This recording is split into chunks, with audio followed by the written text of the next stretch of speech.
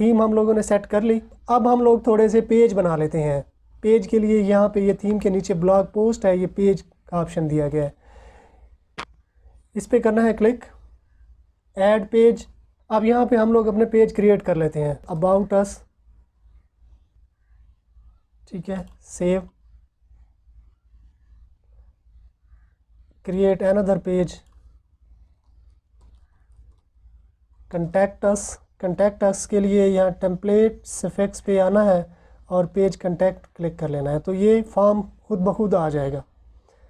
ये सेव पे करना है क्लिक, ठीक है। फिर इसके बाद है और पेज है स्टोर पॉलिसी,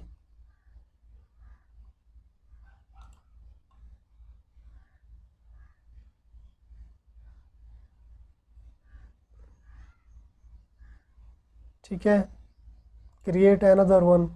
यहाँ पे हम लोगों ने लिखना है चार्ट साइज चार्ट,